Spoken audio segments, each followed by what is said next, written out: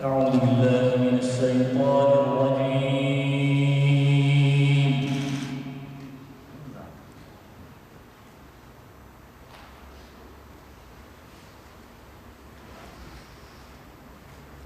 بسم الله الرحمن الرحيم.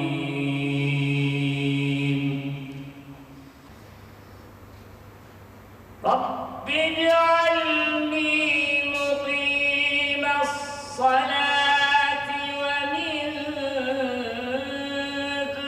ذريتي ربنا وتقبل دعاء.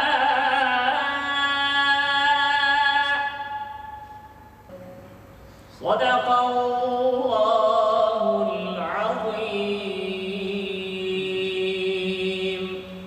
Bismillahirrahmanirrahim. Elhamdülillahi Rabbil alemin. Vessalatu vesselamu ala Resulina Muhammedin ve ala alihi ve ashabihi ecmain.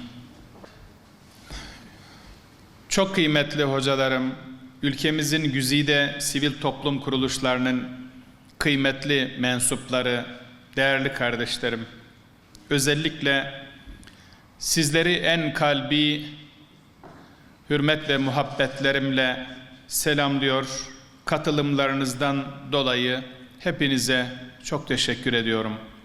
Yüce Rabbimiz bu buluşmamızı güzel neticelere vesile kılsın inşallah. Değerli kardeşlerim,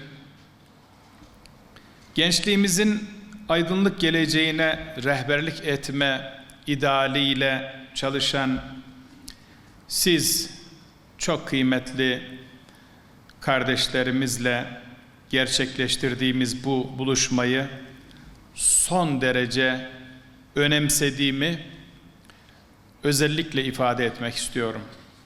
Küresel ölçekte yaşanan zorlukların ve bunalımların gençler üzerinde daha ciddi etkiler bıraktığını da biliyoruz. Ancak görüyoruz ki söz konusu süreçten çıkmak, daha huzurlu ve güvenli bir gelecek inşa etmek, maddi ve manevi anlamda donanımlı bir gençlik ile mümkün olacaktır. Daha güzel bir gelecek, hayatı değerler üzerinden okuma kabiliyetine sahip gençlerin elinde şekillenecektir. Zira gençlik, geleceğe uzanan bir köprü gibidir. Bu köprü, eğitimle, kültürle ve sanatla inşa edilecektir. Bu köprünün mimarları, aileler, ebeveynler, öğretmenler, hocalar, ustalar ve sanatkarlar olacaktır.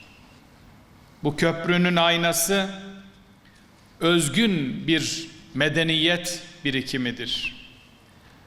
Milletlerin zaman içinde yetiştirdikleri kahramanları, ilim ve fikir öncüleri, düşünürleri, yazarları, şairleri, kâşifleri ve rehberleridir. Şüphesiz bu köprüyü sağlam bir zemin üzerinde doğru malzemelerle, uygun bir imarla ve yetenekli ustaların elinde inşa eden toplumlar, kendileri için umut dolu bir yarın hazırlamış olacaklardır. Hayali, ideali, istikbal tasavvuru olan her toplum, gençlerini daha donanımlı hale getirebilmek ve iyi bir insan ve iyi bir vatandaş olarak yetiştirebilmek için var gücüyle çalışmak mecburiyetindedir. Çok kıymetli kardeşlerim, bundan yaklaşık çeyrek asır öncesine kadar gençlerin şahsiyetleri, aile, okul ve çevre üçgeninde teşekkül ediyordu. Karakterleri bu üçlüden etkilenerek oluşuyordu. Bu eksende aile ağırlıklı biçimde rol alırken okul ve okulun ardından da sosyal çevre gençlerin şahsiyetlerinin oluşumunda belirleyici etkenlerdi. Ama şimdi öyle değil. Son asırda özellikle 2000'li yıllardan itibaren dijital dünya bu sürece yoğun ve etkin bir şekilde dahil oldu. İnternet bu süreçte insan ilişkilerini neredeyse birinci derecede etkileyen bir araç haline geldi. Yeni teknolojik gelişmeler bir yandan hayatı kolaylaştırırken diğer yandan yeni ve girift sorunları da beraberinde getirdi. Dijital dünya ile en çok etkileşim kuran kesim ise şüphesiz ki gençliktir. Yaşanmakta olan küresel ve toplumsal süreçlerle birlikte gençliğin problemleri de her geçen gün artarak büyümektedir.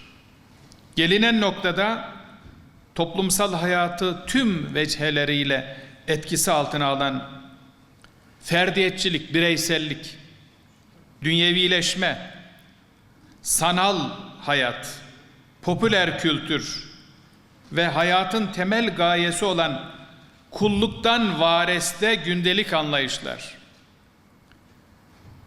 gençliği her taraftan kuşatmıştır.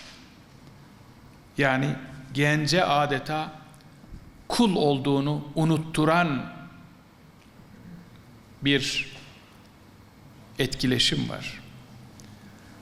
Son 2 asırdır bir yanda tüketim ve gösteriş sektörü, diğer tarafta tefrika ve anarşi üreten terör örgütleri gençliğin saf duygularını alabildiğine istismar etmektedir. Her ikisi de derin hesapların, kirli planların ve çıkar tutkularının ucuz ve masum kurbanları olarak gençleri seçmektedir. Aziz kardeşlerim, bugün insanlık değerler açısından derin savrulmalar yaşıyor. Bir değerler yozlaşması ve medeniyet krizi yaşanıyor dünyada. Modern dünyanın bilişim araçları sınır tanımaz bir şekilde tüm coğrafyalara yeni bir kültür endüstrisi, yeni imajlar, yeni düşünceler, yeni tutumlar, yeni davranış biçimleri ve yeni alışkanlıklar pazarlıyor. Maruz kalınan bu meydan okumanın travmatik tezahürleri İslam dünyasında da değişik şekillerde kendisini gösteriyor. Dolayısıyla acilen fertler olarak, cemiyetler olarak, STK'lar yani sivil toplum kuruluşları olarak, bütün Müslümanlar olarak varlığı anlamlı, insanı ahlaklı kılan değerleri yeniden güçlü şekilde ikame etmenin yollarını bulmak zorundayız. Bugünün insanları için, gelecek nesiller için, gençler için yaşanabilir bir dünya tasavvuruna, bireysel, toplumsal ve küresel boyutta bir ahlak inşasına acil ihtiyacımız vardır. Biliyoruz ki mümin olarak bizler kendimize ve ailemize karşı sorumluyuz. Burada bizleri buluşturan temel etken, kıymetli kardeşlerim, hiç şüphesiz yüreğimizde büyüttüğümüz ideal bir nesil özlemidir. bilgi ile hikmeti bütünleştiren, hayatın gayesini idrak eden, kendine, topluma, çevreye ve Rabbine karşı sorumluluklarının farkında olan bir nesil yetiştirme arzumuz var. Güven veren, sevgiyi, adaleti, merhameti, nezaketi kuşanan, şiddetin ve anarşinin uzağında, zulmün karşısında, mazlumun yanında durabilen bir nesil yetiştirme gayesidir. İşte bizi burada buluşturan.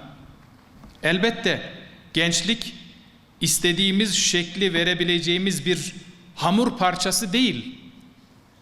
Bu açıdan nebevi bir metot ile yaklaşarak, yargılamadan, dikte etmeden onlarla dost olmak,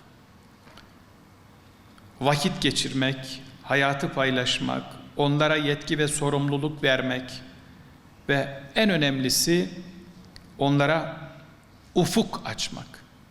Gençliğin ideal konumunu tahkim edecek zaruri bir yaklaşımdır.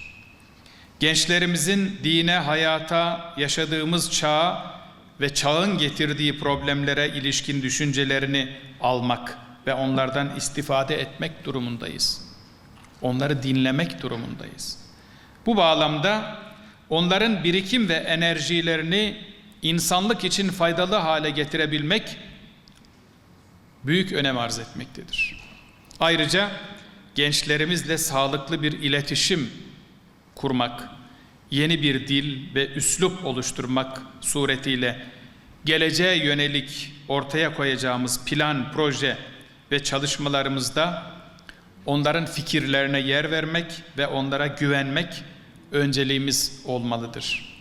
Biz Diyanet İşleri Başkanlığı olarak gençliğimiz, değerlerimiz ve geleceğimiz için çalışan herkesin, sivil toplum kuruluşlarımızın yanındayız. Her türlü desteği vermeye hazırız. Zira insanlık akıl ve bilgi temelli bir din olan İslam'ın esenliğine, huzuruna muhtaçtır. Biliyoruz ki İslam'ın hakikatleriyle gençliğin heyecanının buluşması dünyayı değiştirecektir. Bu umutla toplantımızın, müzakeremizin hayırlara vesile olmasını Yüce Rabbimden niyaz ediyorum. Katılımınızdan dolayı hepinize çok teşekkür ediyorum. Tekrar hoş geldiniz diyorum.